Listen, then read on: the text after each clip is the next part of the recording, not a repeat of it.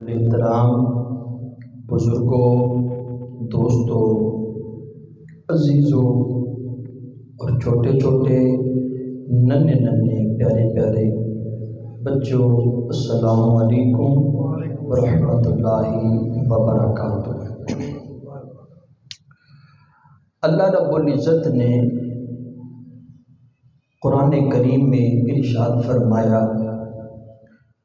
کنتم خیر امۃ اخرجت للناس تأمرون بالمعروف وتنہون عن المنکر۔ فرمایا کہ تم بہترین امت ہو کہ جو لوگوں کو اچھائی کا حکم دیتے ہو اور برائی سے منع کرتے ہو۔ وَتُؤْمِنُونَ بِاللَّهِ وَلَوْ آمَنَ أَهْلُ الْكِتَابِ لَكَانَ خَيْرًا لَّهُمْ مِنْهُمُ الْمُؤْمِنُونَ وَأَكْثَرُهُمُ الْفَاسِقُونَ۔ اور اللہ تعالیٰ پر تم ایمان لاتے ہو، اگر اہل کتاب بھی ایمان لے آتے تو ان کے لیے بہتر تھا، اور ان میں سے کچھ ایمان پر ہیں اور کچھ ان میں سے فاسق ہیں۔ اب اس آیت کریمہ سے واضح معلوم ہو رہا ہے کہ اللہ تعالیٰ نے عالم ربا کے اندر اس امت کو بہترین امت تحریر فرما دیا تھا کہ یہ میرے محبوب کی امت کوئی عام امت نہیں، یہ بہترین امت ہے۔ اللہ تعالیٰ نے انسان کو جو پیدا کیا، اس کے پیدا کرنے کا مقصد بھی یہی تھا کہ یہ لوگوں کو اچھائی کا حکم دیں اور برائی سے منع کریں، اور اللہ تعالیٰ کی کتاب پر مکمل یقین کریں اور اپنی عقل کے مطابق اپنی زندگی کو بسر کریں۔ اور آگے اللہ تعالیٰ ارشاد فرماتا ہے کہ جو اس کے مخالف ہیں، فرمایا کہ جس بندے نے ان چیزوں پر عمل کر لیا وہ کامیاب ہو گیا۔ وَلْتَكُن مِّنكُمْ أُمَّةٌ يَدْعُونَ إِلَى الْخَيْرِ وَيَأْمُرُونَ بِالْمَعْرُوفِ وَيَنْهَوْنَ عَنِ الْمُنكَرِ وَأُولَٰئِكَ هُمُ الْمُفْلِحُونَ۔ فرمایا تم میں سے ایک گروہ ایسا ہے جو اچھائی کی دعوت دیتا ہے اور برائی سے منع کرتا ہے۔ فرمایا وہی لوگ اللہ تعالیٰ کی بارگاہ میں کامیاب لوگ ہیں۔ اللہ رب العزت نے ایسی قوموں کی مذمت کی ہے کہ جو اس کے مخالف چلتے ہیں۔ اللہ فرماتا ہے کانوا لا یتناہون عن منکر فعلوا، وہ برے کاموں سے لوگوں کو منع نہیں کرتے۔ اللہ نے ان کی مذمت قرآن کے اندر بیان فرمائی ہے کہ اگر ان کی آنکھوں کے سامنے کوئی برا کام کر رہا ہوتا ہے تو اس کو منع نہیں کیا جاتا۔ اور آگے اللہ تعالیٰ نے ارشاد فرمایا لولا ینہاہم الربانیون والاحبار عن قولہم الاثم واکلہم السحت لبئس ما کانوا یصنعون۔ فرمایا کہ جتنے بھی فقراء ہیں اور علماء ہیں، یہ ان گناہوں کی باتوں سے لوگوں کو کیوں نہیں منع کرتے جو اپنی آنکھوں سے دیکھ رہے ہیں۔ اب ان آیت مبارکہ سے پتہ چلا کہ جتنے بھی فقراء ہیں اور علماء ہیں، ان کی ذمہ داری ہے کہ لوگوں کو اللہ کا خوف بتائیں، اللہ کا ڈر سنائیں کہ اللہ رب العزت نے ہمیں پیدا کس مقصد کے لیے کیا ہے۔ حضرت ابو درداء رضی اللہ تعالیٰ عنہ سے روایت ہے، نبی پاک صلی اللہ علیہ وسلم نے فرمایا کہ اگر کوئی بندہ اعلانیہ کسی کی اصلاح کر دیتا ہے، یعنی مسجد میں ہے، پورے نمازیوں کے سامنے اصلاح اس نے کی، فرمایا اس نے پورے لوگوں کے سامنے اس بندے کی عزت کو رسوا کیا ہے۔ فرمایا اگر وہ سائڈ پر لے جا کر ان کی کوئی اصلاح کر دیتا ہے، ان کو کوئی اچھی بات بتا دیتا ہے، فرمایا اس نے اس بندے کی صحیح اصلاح کی ہے، یعنی اس کا عزت نفس کو مجروح نہیں کیا۔ تو پتہ چلا کہ جب بھی ہم نے کسی کی اصلاح کرنی ہے، اس کی غلطی بتانی ہے، تو ہم نے اس کو پوشیدگی میں اس کی غلطی کو بتانا ہے۔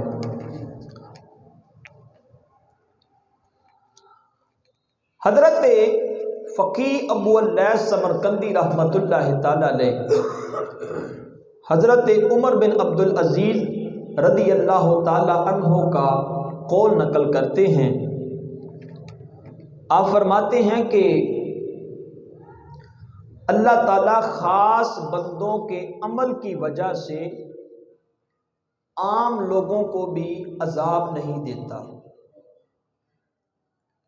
لیکن جب معصیت ظاہر ظہور ہونے لگے، جب کوئی گناہ ظاہر ہونے لگے اور کوئی بندہ بھی اس کو نہ روکے، فرمایا اللہ تعالیٰ پوری قوم کے اوپر عذاب مسلط کر دیتا ہے۔ اللہ تعالیٰ نے حضرت یوشع بن نون علیہ السلام سے وحی کے ذریعے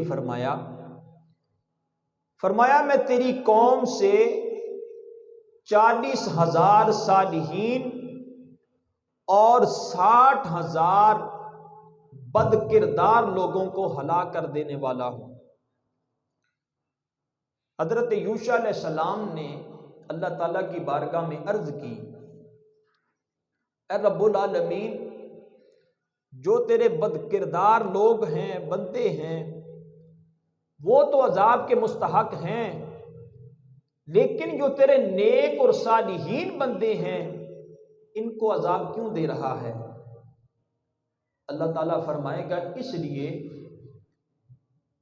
کہ ان کے سامنے وہ لوگ گناہ کرتے رہے، ان کے سامنے اعلانیہ گناہ کرتے رہے، فرمایا اس وجہ سے انہوں نے کبھی بھی میری رضا کے لیے ان کو نہیں بتایا، اپنے چہرے پر کبھی بھی غصہ لے کر نہیں آئے، اس لیے ان صالحین بندوں پر بھی میں اپنا عذاب نازل کروں گا۔ حضرت سیدنا ابو ہریرہ رضی اللہ تعالیٰ عنہ سے مروی ہے، نبی پاک صلی اللہ علیہ وسلم نے فرمایا تم نیکی کی دعوت دو اگرچہ تم اس پر عمل نہ کرو، برائی سے روکو اگرچہ تم اس پر عمل نہ کرو۔ تو اس سے پتہ چلتا ہے یہ نہیں کہ ہم لوگوں کو نیکی کی دعوت دیں اور خود عمل نہ کریں، برائی سے روکیں اور خود نہ رکیں۔ علامہ اقبال رحمۃ اللہ تعالی علیہ آپ نے کہا تھا کہ عمل سے زندگی بنتی ہے جنت بھی جہنم بھی، عمل سے زندگی بنتی ہے جنت بھی جہنم بھی، یہ خاکی اپنی فطرت میں نہ نوری ہے نہ ناری۔ تو پتہ چلا کہ جو درس دیں اس کے پیچھے آپ کا عمل ہونا چاہیے، جو برائی سے روکیں اس کے پیچھے آپ کا عمل ہونا چاہیے۔ کچھ لوگ ہیں جو لوگوں کو اچھائی کا حکم دیتے ہیں اور برائی سے منع کرتے ہیں، اللہ تعالیٰ نے ان کے لیے جنت تیار کی ہوئی ہے، اور بعض لوگ ان میں سے ایسے ہیں جو برائی کا حکم دیتے ہیں اور نیکی سے روکتے ہیں، تو اللہ تعالیٰ نے ان کے لیے جہنم تیار کی ہے۔ اللہ تعالیٰ نے تو انسان کو اس لیے پیدا کیا کہ امر بالمعروف نہی عن المنکر کا لوگوں کو پیغام دے، یعنی نیکی کا حکم دے اور برائی سے منع کرے۔ فرمایا یہی سچا مومن ہے۔ اب اللہ کا قرآن فرماتا ہے المؤمنون والمؤمنات بعضهم من بعض اولیاء بعضهم یأمرون بالمعروف وینہون عن المنکر۔ فرمایا کہ مومن مرد اور مومن عورتیں یہ آپس میں مددگار ہیں، یہ لوگوں کو اچھائی کا حکم دیتے ہیں اور برائی سے منع کرتے ہیں، لیکن ان میں سے بعض لوگ ایسے ہیں کہ جو لوگوں کو برائی کا حکم دیتے ہیں اور نیکی سے روکتے ہیں۔ فرمایا ان کے دلوں کے اندر منافقت پائی جاتی ہے، یہ منافقت کی علامت ہے۔ اللہ قرآن میں فرماتا ہے المنافقون والمنافقات بعضهم من بعض یأمرون بالمنکر وینہون عن المعروف۔ فرمایا کہ منافق مرد اور منافق عورتیں یہ ایک ہی طرح کے ہیں، یہ لوگوں کو برائی کا حکم دیتے ہیں اور نیکی سے روکتے ہیں۔ میرے دوستو بزرگوں، حضرت علی المرتضیٰ شیر خدا کرم اللہ وجہ الکریم آپ فرماتے ہیں کہ جو بندہ کسی کو نیکی کا حکم دیتا ہے، برائی سے منع کرتا ہے، فرمایا یہ سب سے بڑا اور افضل کام ہے، سب سے بڑا اور افضل کام ہے۔ حضرت قتادہ رضی اللہ تعالیٰ عنہ آپ نے کہا نبی پاک صلی اللہ علیہ وسلم مکہ شریف میں موجود تھے، ایک شخص نبی پاک صلی اللہ علیہ وسلم کی بارگاہ میں حاضر ہوا، کہنے لگا آپ ہی وہ شخص ہیں جنہوں نے نبوت کا دعویٰ کیا تھا؟ نبی پاک صلی اللہ علیہ وسلم نے فرمایا ہاں میں وہی شخص ہوں جس نے نبوت کا دعویٰ کیا۔ کہنے لگا آپ یہ بتائیں کہ اللہ تعالیٰ کو سب سے پسندیدہ عمل کون سا ہے؟ سب سے پسندیدہ عمل، خوبصورت عمل کون سا لگتا ہے؟ نبی پاک صلی اللہ علیہ وسلم نے فرمایا کہ اللہ تعالیٰ پر ایمان لانا۔ اللہ تعالیٰ کو سب سے پسندیدہ عمل لگتا ہے۔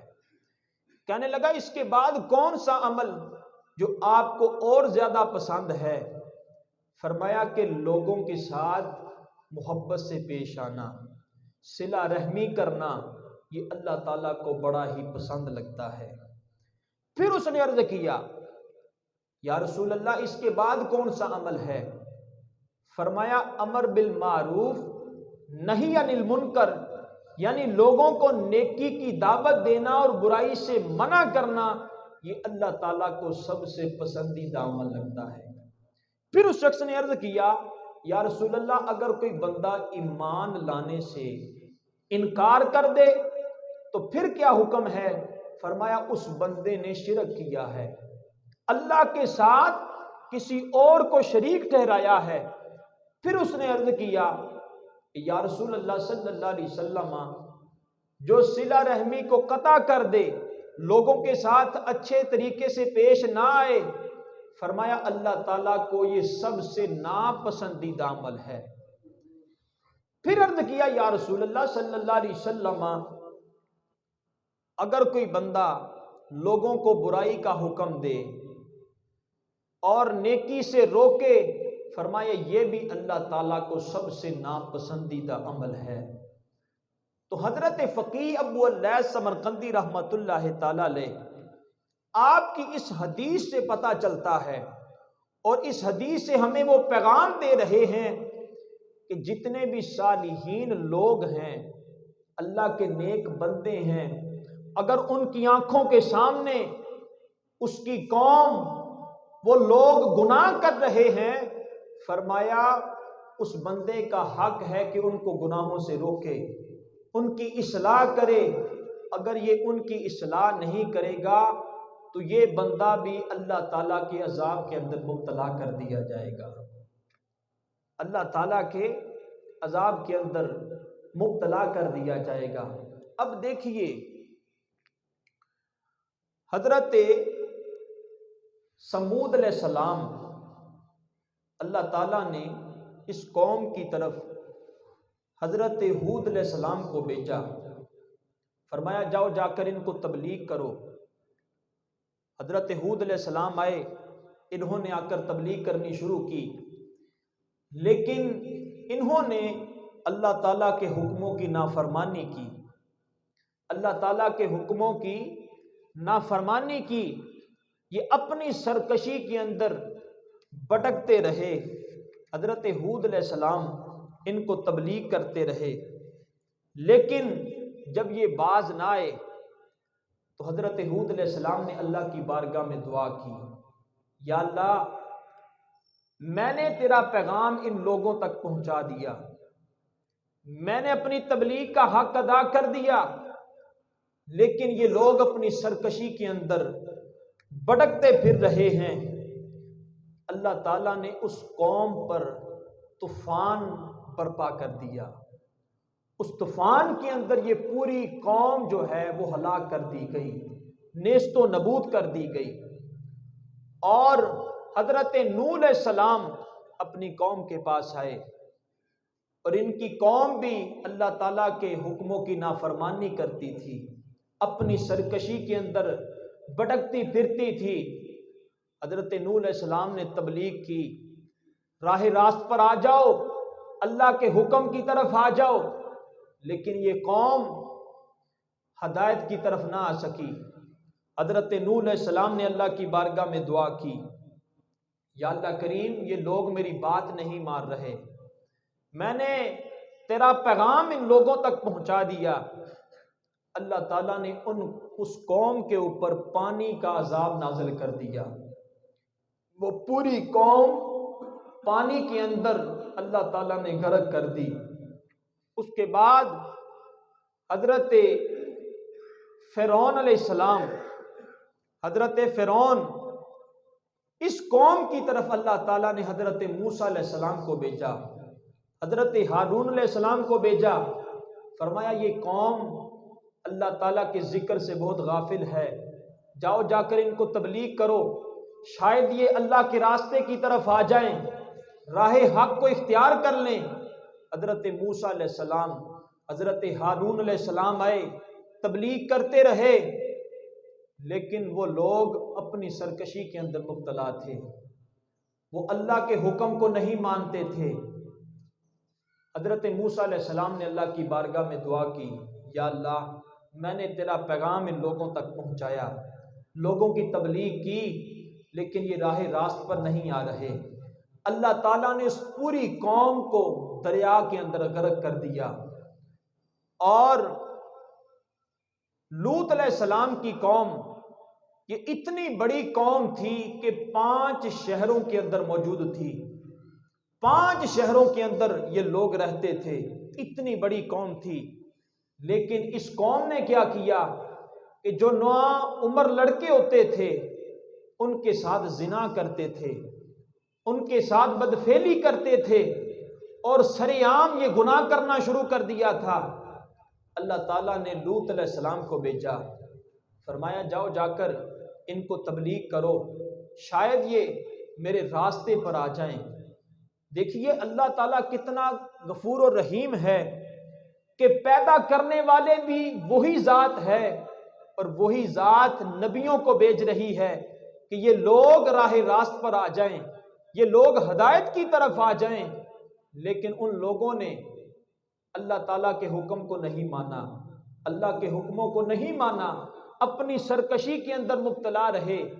اللہ تعالیٰ نے ایک فرشتے کو حکم دیا، فرمایا یہ جو 5 شہروں کے اندر قوم موجود ہے اس کو اٹھایا جائے اور درمیانے آسمان کی طرف لے کر آ جائے۔ پوری قوم کو اٹھایا گیا اور وہاں سے نیچے پھینک دیا گیا، اور اس کے اوپر اللہ تعالیٰ نے اپنا عذاب نازل کر دیا۔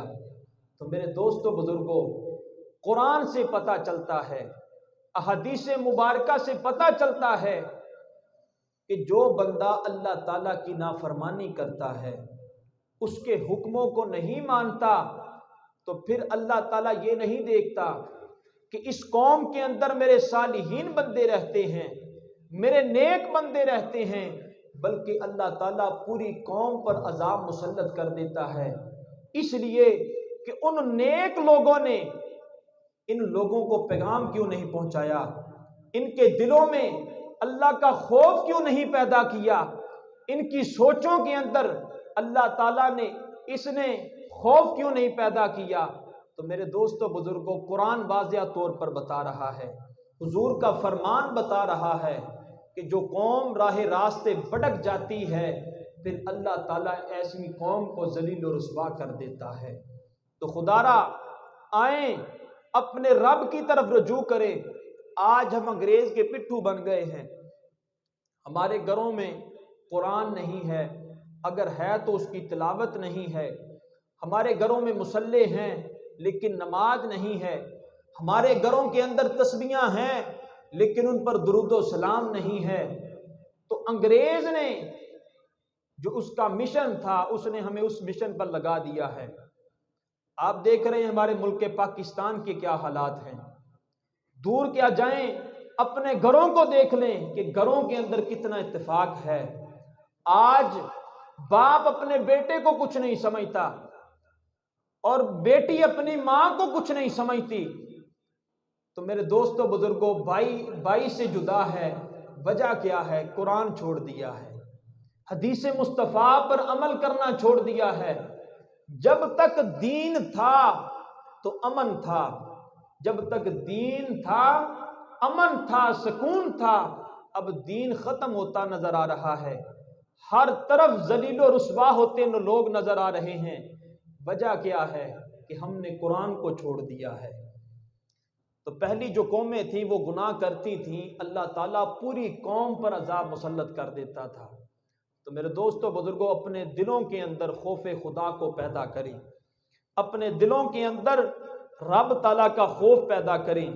حضرت جابر رضی اللہ تعالی عنہ، آپ نے کہا نبی پاک صلی اللہ علیہ وسلم نے فرمایا، اللہ تعالیٰ نے جبریل علیہ السلام کو حکم دیا، فرمایا کہ فلاں جو شہر ہے اس کے باشندوں سمیت اس شہر کو الٹ دو۔ جبریل علیہ السلام اللہ کی بارگاہ میں سوال کرتے ہیں، یا رب العالمین، اس قوم کے اندر، اس شہر کے اندر ایک ایسا بندہ بھی رہتا ہے جس نے کبھی بھی تیری نافرمانی نہیں کی، ایک لمحہ بھی اس نے تیرے ذکر سے غافل نہیں ہوا، تیرے ذکر کے اندر مشغول رہتا ہے، تو اس بندے پر بھی عذاب نازل کرنا ہے۔ رب تعالیٰ نے فرمایا میں نے تجھے حکم دیا ہے کہ اس پورے شہر کو الٹ کے رکھ دو۔ فرمایا یا رب العالمین، اس کے اندر نیک بندہ بھی ہے، اس کا کیا قصور ہے؟ اللہ رب العزت نے فرمایا اس لیے اس بندے پر بھی عذاب بھیج رہا ہوں، اس لیے کہ جب لوگ گناہ کر رہے تھے میری رضا کی خاطر اس کے چہرے پر کبھی بھی غصہ نہیں آیا، اس نے کبھی بھی ان کی تبلیغ نہیں کی، بلکہ ان کے ساتھ بیٹھ کر کھاتا تھا، ان کے ساتھ اٹھ کر بیٹھتا تھا، لیکن کبھی بھی خوف خدا کی طرف ان کو لے کر نہیں آیا، اس لیے اس بندے پر بھی اپنا میرا عذاب جا کو نازل فرما دو۔ تو میرے دوستوں بزرگوں، پتہ چلا کہ اللہ رب العزت نے حکم دیا نیکی کا حکم دو اور برائی سے منع کرو۔ حضرت انس رضی اللہ تعالیٰ عنہ سے روایت ہے، نبی پاک صلی اللہ علیہ وسلم کو جب معراج کروائی گئی، نبی پاک صلی اللہ علیہ وسلم جب آنے لگے تو دیکھا کہ کچھ لوگ ہیں جن کے لبوں کو آگ کی کینچیوں سے کاٹا جا رہا تھا۔ نبی پاک صلی اللہ علیہ وسلم نے پوچھا، فرمایا یہ کون لوگ ہیں جن کے لبوں کو آگ کی کینچیوں سے کاٹا جا رہا ہے؟ جبریل علیہ السلام نے عرض کیا، یا رسول اللہ صلی اللہ علیہ وسلم، یہ وہ لوگ ہیں جو خطباء تھے، جو واعظین تھے، جن کو منبر رسول کی زینت بنایا گیا تھا، اور وہاں پر بیٹھ کر یہ لوگوں کو ڈر نہیں سناتے تھے بلکہ لوگوں کو واقعات، لوگوں کو میدان حشر کے واقعات سناتے تھے اور خود اس پر عمل نہیں کرتے تھے، اس کے اوپر خود پورا نہیں اترتے تھے۔ تو اس وجہ سے اس قوم پر، ان علماء پر اللہ تعالیٰ نے عذاب نازل کیا ہے۔ حضرت اسامہ رضی اللہ تعالیٰ عنہ روایت کرتے ہیں، نبی پاک صلی اللہ علیہ وسلم نے فرمایا اللہ تعالیٰ قیامت کے دن ایک شخص کو جہنم کے اندر ڈالے گا اور اس کی آنتیں باہر نکل پڑیں گی، اور پھر اس کے گردوں کو نکالا جائے گا، اس کے پھپھروں کو نکالا جائے گا، پھر ایک گدھا جو آٹے والی چکی کو چلاتا ہے، فرمایا ان تمام چیزوں کو اس کے اندر ڈال دیا جائے گا، وہ اس کو پیس دیں گے۔ تو جہنمی لوگ اس سے سوال کریں گے بھئی یہ تمہارے ساتھ کیوں معاملہ ہو رہا ہے؟ تو وہ آگے سے جواب دے گا کہ جو میں لوگوں کو پیغام دیتا تھا، نیکی کی بات بتاتا تھا، لیکن میں خود اس کے اوپر عمل نہیں کرتا تھا، میں لوگوں کو برائی کی بات سے روکتا تھا لیکن خود نہیں رکتا تھا، اس وجہ سے اللہ تعالیٰ نے یہ مجھے عذاب میں مبتلا کیا ہے۔ تو میرے دوستو بزرگوں، کہ جو نیکی کا حکم دے اس پر عمل کریں، جو برائی سے روکیں اور خود اس کے اوپر عمل کریں، تو پھر ہی ہماری زندگی سنور سکتی ہے۔ علامہ اقبال نے اسی لیے کہا تھا، علامہ اقبال نے کہا تھا کہ روز ازل مجھ سے کہا جبرائیل نے، روز ازل مجھ سے کہا جبرائیل نے، جو عقل کا غلام ہے وہ دل نہ قبول کر، جو عقل کا غلام ہو وہ دل نہ قبول کر۔ میرے دوستو، یہ جو دل ہے یہ انسان کو نیکی کی دعوت دیتا ہے۔ یہ دل کہتا ہے بھئی نماز کا وقت ہو گیا، نماز کی طرف آ جاؤ۔ یہ دل کہتا ہے بھئی قرآن کو پڑھ لو، لیکن جو عقل جو ہے یہ کہہ دیتی ہے کوئی بات نہیں، ابھی بڑا وقت پڑا ہے، کل کو نماز کو پڑھ لینا، کل کو قرآن کو کھول لینا۔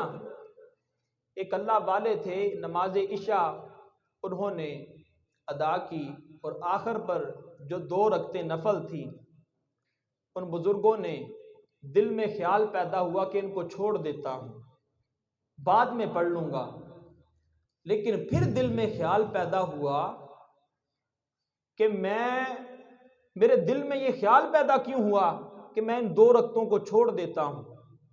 آپ نے اسی وقت وہ 2 رکعتیں بھی پڑھی اور اس کے خلاف اور 2 رکعتوں کو پڑھا۔ تو پھر اللہ تعالیٰ کی بارگاہ میں دعا کی، یا اللہ کریم میرے ان 2 نفلوں کو بھی اپنی پاک بارگاہ میں قبول فرما۔ اسی لیے علامہ اقبال نے کہا تھا کہ روز ازل مجھ سے کہا جبرائیل نے، جو عقل کا غلام ہے وہ دل نہ کر قبول۔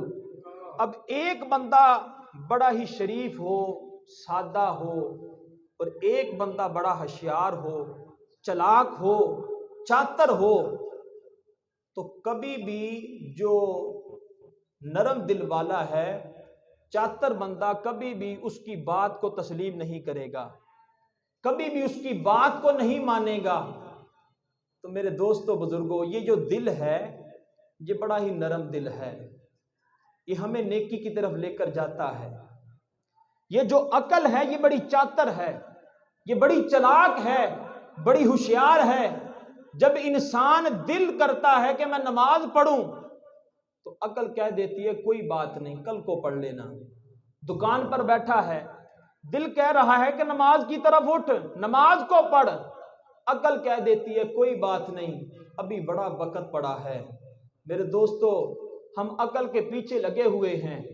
اسی طرح ہمارا ایک ایک لمحہ، ایک ایک منٹ، ایک ایک گھنٹہ بڑا قیمتی ہے جو ہمارے ہاتھ سے نکلتا جا رہا ہے۔